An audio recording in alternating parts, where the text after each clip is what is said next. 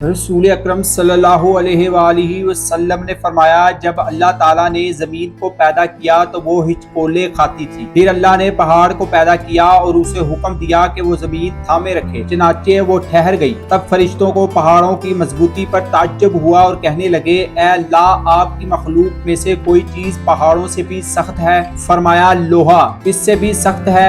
पूछा, लोहे से भी ज्यादा सख्त कोई चीज है? फरमाया, आग। पूछा, कोई आग से भी ज्यादा सख्त? फरमाया, पानी। पूछा, पानी से भी ज्यादा सख्त कोई चीज? फरमाया, हवा। पानी से भी ज्यादा सख्त है। पूछा, हवा से भी ज्यादा सख्त कोई चीज है? अल्लाह ने फरमाया, हाँ, वो आदमी जो इस तरह सदका दे कि दाएं हाथ से दे और बाएं हाथ को खबर तक ना हो। अर्श का साया नसीब होने वाले 7 किस्म के अफराद में से एक वो है जो दाएं हाथ से सदका देता तो बाएं हाथ तक को खबर ना होती हो। ऐसा मैं सूफी इस्लाम 92 के नाजरीन, अगर आपको हमारी ये वीडियो अच्छी लगी तो इस वीडियो को लाइक कीजिए और अगर आपने अभी तक हमारे चैनल को सब्सक्राइब नहीं किया तो कर लीजिए।